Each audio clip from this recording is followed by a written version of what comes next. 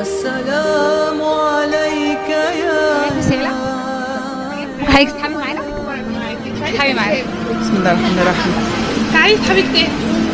تعالي طب اسحبي كتاب معانا. اسحبي كتاب. تمام. احنا نازلين النهارده بمناسبة مولد الرسول، نازلين نقول للناس عليه الصلاة والسلام ايه السنن اللي هو كان بيعملها واحنا ابتدينا ننسيناها. حضرتك تعرفيها؟ حاجات كتيرة طبعا، أنا من ضمنهم أنا نسيت حاجات كتيرة، بس الحمد لله يعني بحاول افتكرها يعني من خلال البرنامج، طبعا البرامج اللي بتيجي. وعجبني قوي الدكتور محمد العريفي لما قال الخطبه بتاعته وقريتها بحاجات بالسنه وعن حاجات عن مصر. فربنا انا معايا كتاب بقرا فيه برضه. تمام. كل سنه وانت طيب. وانت طيبه. النهارده وهي اللي طلع لك الصيام. احنا طبعا من الحاجات اللي احنا ممكن نحب نواظب عليها واوصانا بها النبي صيام الاثنين والخميس. النبي صلى الله عليه وسلم كان ليه حديث في الموضوع دوت، ان من صام يوما لله تطوعا لله بعد بينه وبين وجهه والنار 70 خريفا 70 سنه. يعني انت لو صمت يوم واحد ربنا بيبعد ما بينك وبين النار 70 سنه، فمفيش حاجه اعظم من كده يعني. تمام. فيا ريت لو تبدا تطبق من النهارده ان شاء الله في حياتك ان شاء الله. خلاص شكرا ليك يا استاذ. احنا جمعيه رساله. تمام. نازلين نفكر الناس بالسنن. تعرف ايه سنن عن الرسول صلى الله عليه وسلم؟ حاجات كتير. انا لسه. طب هو في سنه عن الصيام مثلا كان الرسول بيصوم اثنين وخميس. تمام. وايه تاني؟ الصلاه اللي هي غير الفروض. صح، برافو. نوافل. ايه تاني؟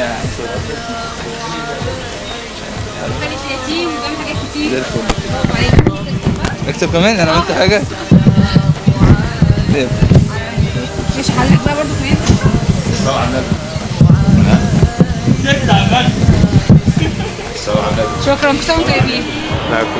السلام عليكم. معلش انتوا كتير. يا غبار. اولا كل سنه وانتم طيبين. انتوا عارفين النهارده مولد النبي؟ طب والله بسم الله ما شاء الله. تحبوا تطبقوا ايه من سنن النبي صلى الله عليه وسلم؟ تطبق ايه من سنه النبي صلى الله عليه وسلم؟ العدل اهم حاجه يعني. العدل. ماشي. حلو. مساواة. الصدق. خير. قالوا كل حاجه. انت بتعمل كل حاجه. يا ريت كله والله. طب كل واحد يسحب كتاب. طب مش هتدفع حاجه والله. احنا من جمعيه رساله على فكره. من جمعيه رساله؟ تمام. حلو. تطلع لك تمام. كل واحد بقى ايه؟ انت تلاقي لك ايه؟ ازاله الاذى عن الطريق، قيام الليل، ازاله الاذى عن الطريق. اتفضل معايا.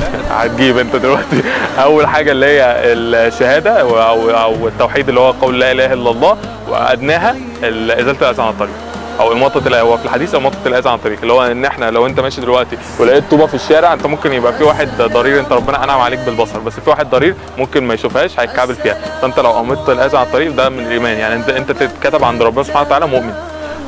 انت طلع لك ايه؟ معلش. قيام الليل. ربنا في يعني هو حديث شهير قوي وبسيط جدا. شرف المؤمن قيام الليل. تخيل انت كده يبقى ليك شرف، يبقى انت يعني شرف المؤمن. يعني انت شرف اي انسان يتمنى ان هو يبقى شريف، فهو شرف المؤمن قيام الليل. ركعتين بعد من عندك من فتره المغرب لغايه صلاه الفجر، الركعتين دول بيبقى ليهم عند ربنا سبحانه وتعالى مزايا عظيمه ان انت تبقى انسان شريف عند ربنا سبحانه وتعالى. تمام. الحب في الله. النبي صلى الله عليه وسلم يعني في حديث عنه في ما عشان مش متذكره، ان بيقول لك انت مثلا دول اخواتك في الله، لو انت بتحب حد فيهم روح قول له انا بحبك. يعني انت كده مثلا انت اسمك ايه؟ مازن. وانت؟ هشام يروح يقول لمازن اني احبك في الله. اكيد انت هتفرح اول لما حد يقول لك انا بحبك، يا نفسي اي حد يقول لي انا بحبك. تمام. فحاول ان انت تطبق الكلام دوت برضه في حياتك. الصيام طبعا الصيام اثنين وخميس الثلاث ايام القمريه طبعا ده، بس في حديث عن النبي صلى الله عليه وسلم ان الانسان من صام يوما تطوعا لله بعد الله بين وجهه وبين النار 70 خريفا، او لا بمعنى 70 سنه. يعني انت يبقى عندك مسافه بعيده بينك وبين النار 70 سنه، ده يوم واحد. شوف لو صمت كذا يوم هيبقى قد ايه يعني. ان شاء الله ربنا يعني نتقابل كلنا في الجنه. اللي نفسي بس فيه ان احنا ان شاء الله نطبق الكلام ده في حياتنا، لان انت مش كلنا بنحب النبي صلى الله عليه وسلم. حبه بالمعامله، حبه ان انت يعني اقول له انا زيك. تمام. خير ان شاء الله. كل سنه وانتم طيبين يا شباب. النهارده بمناسبه المولد النبوي ممكن حضرتك تسحب كتاب؟ اسحب كتاب ما تقلقش. ممكن حضرتك تفضل معانا؟ تعالى. كل سنه وحضرتك طيب. كل سنة وانتم طيبين. جمعية رسالة حضرتك سمعت بينا؟ سمعت طبعا. نعم؟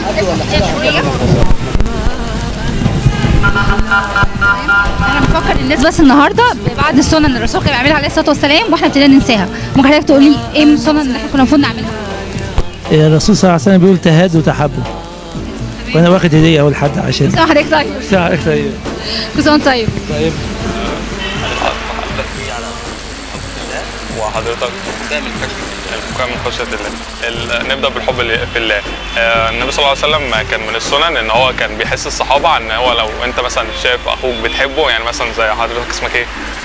السيد. وحضرتك حسن. حضرتك مثلا السيد بيحب حسن، يبقى السيد يروح يقول لحسن اني احبك في الله. طبعا حسن هتفرح انت كتير ان يعني اي انسان اي حد يقول له انا بحبك حاجة بتفرحه.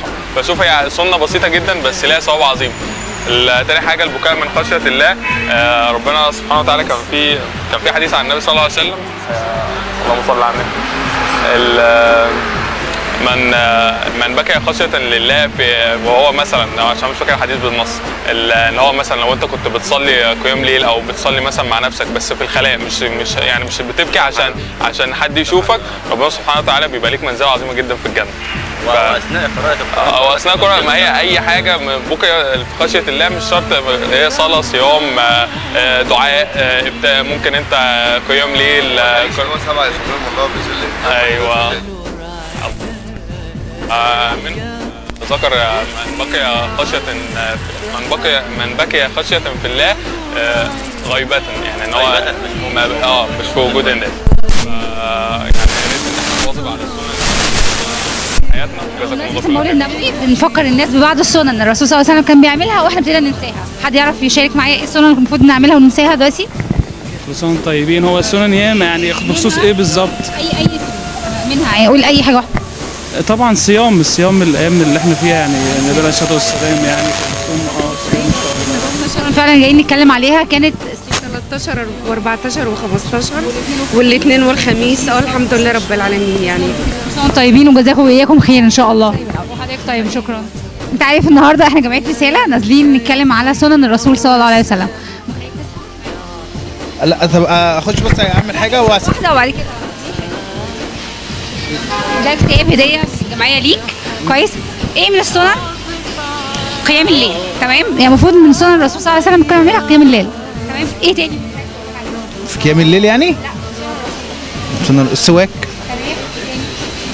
عايز حاجه تاني؟ حاجات كتيره في الوضوء، في سنن للرسول، في حاجات كتيره يعني. هيك تسحبي معانا. اسحب ايه؟ تسحبي معانا. احنا هنا دي كتب دينيه هديه من هنا للناس. تمام. حلو قوي. احنا عايزين نعرف الناس بعض. انا سحبت 2 بقى معانا. خلاص مش مشكله. لا خلاص. عايزين نعرف الناس بعض السنن اللي احنا بننساها. تعرفي ايه سنن الرسول صلى الله عليه وسلم المفروض نعملها واحنا نسيناها؟ جدا طبعا. منها الصلاه، ان انا اصلي بعد الفرض، اصلي السنه المكتوبه. يعني مثلا دي الناس كتير بتنسى تصلي الفرض وتكسل والصيام طبعا والزكاه. حاجات كتير في سنن حلوه، ويعني بتفوتنا ان احنا مش بنقرا عندنا كفايه. بالظبط. احنا نازلين نقول للناس يا ناس كل سنه وانتم طيبين، بس في سنن الرسول زي مولده احنا المفروض نعملها. بس احنا حاجه احنا نحتاج بالظبط. ميرسي حبيبتي. وش طيبه بلالين ليكوا يا بنات. اسحب كتاب اهو. اسحب كتاب.